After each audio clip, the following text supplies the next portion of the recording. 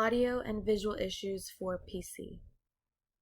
The first thing you want to do is make sure that the laptop that you are using or that the student is using, that the volume is on and it's not muted. One way to check is by clicking on this little speaker at the bottom.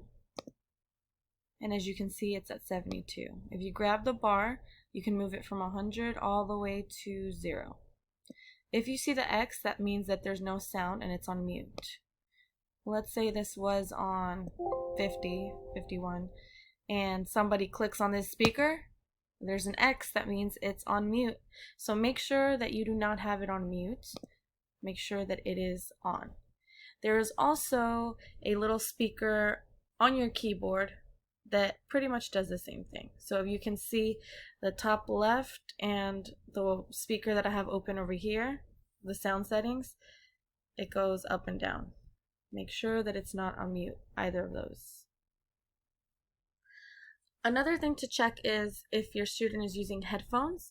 If it is a wired headphone or a wired earbud, simply unplug it from the computer and plug it back in.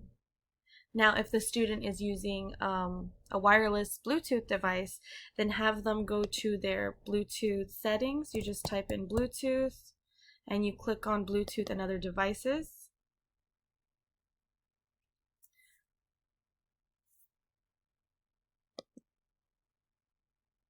And then you can add the device if it's not already there. Or if the device is there, then go ahead and remove the device and then re-add it. Most of the students' earbuds or headphones will have a little button that you hold so that it can communicate and sync with the Bluetooth on the computer. You'll know that it's syncing because a little blue light will pop up, or any kind of light that shows that it's searching on the actual device. If the student is on Zoom, please check the little mic button and the camera button to the bottom left. If you see a red / that means that it is off. So go ahead and click that and make sure that it's on. If you can see my little microphone, the green means that it's hearing my voice. You can also click on the little arrow next to it to select a different speaker, and to test your speaker and microphone. Same goes for the video. If it has a red slash in it, that means that it's off and you can turn it back on. And you can also click the arrow to select the camera.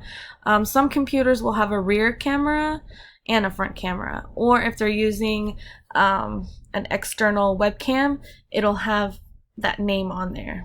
Sometimes it's called HP webcam or Logitech. They would just click on that. And then if they're using a Logitech or an external one that has a microphone, you would click same as system, or it would pop up as whatever the brand is. If they are trying to use some type of digital curriculum and they're having audio issues, or they can't record their audio or their response, then check the browser. The browser is what they're using. So this one is Microsoft Edge, and I'm going to get out of this. Be sure that they are using Google Chrome. It looks like this. And if I click on it, that is what I'm on. If they don't have Google Chrome, they can download it on their computer. It is free for PC and Mac. If you find that they're still getting a message or something that's saying that they're being blocked, or if it's just not working still, you can always click on this little lock box right here and make sure that flash is allowed, and sometimes pop-ups need to be allowed for certain digital curriculum. And you can also go to the site settings. Once you open up the site settings, you can go through everything like the camera, mic, and just allow anything that's being blocked. And then if I go back to the page, I will get this little memo at the top that wants me to reload the page so that the settings will apply, all the ones that I allowed. So I can reload that, and then hopefully that works. If that doesn't work, then I can quit Chrome. You can simply click the X and X out of all these tabs that are open, or if there's too many tabs open, you can just start Xing them out. Or you can right click at the bottom and hold on. and close this window. If all of the above are not working, then you can always shut down the student's computer. You click the little start button, this Windows icon right here, and you click the power button and you just click shut down right there. Once the computer shuts down, you can press the power button on the computer and turn it back on. If it is still not working after doing that restart, you can search to see if the computer has any software updates. You can start typing software and then click on check for updates.